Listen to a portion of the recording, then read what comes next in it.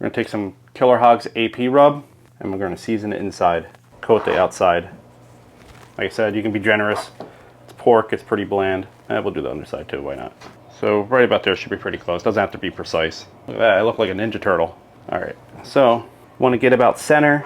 That's about center. Then you wanna pick it up. It's pretty close.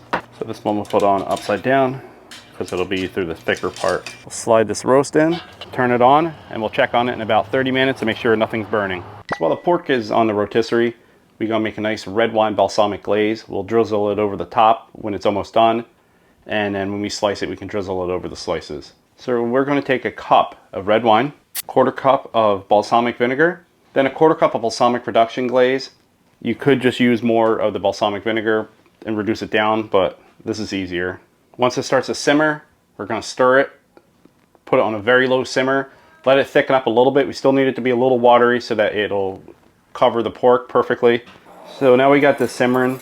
We'll start whisking it a little bit. We'll turn the heat down to low, medium low. Just keep an eye on it, stir it every couple minutes, make sure nothing's burning, and just let it reduce down.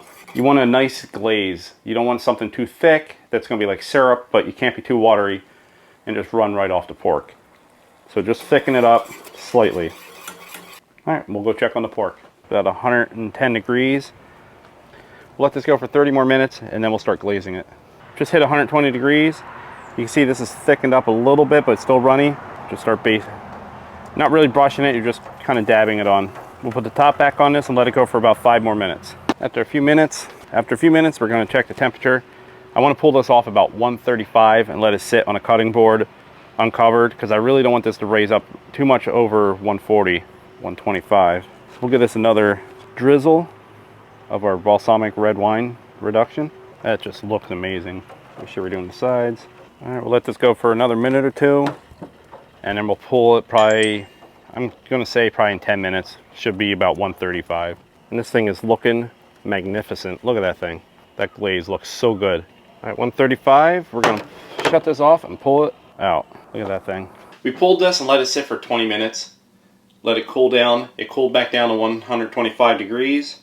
Checked it with my Thermopen. Now we can pull the spit off, slice it, and try it. Let's cut the strings. Then we'll just top that with some more glaze, and we can try it.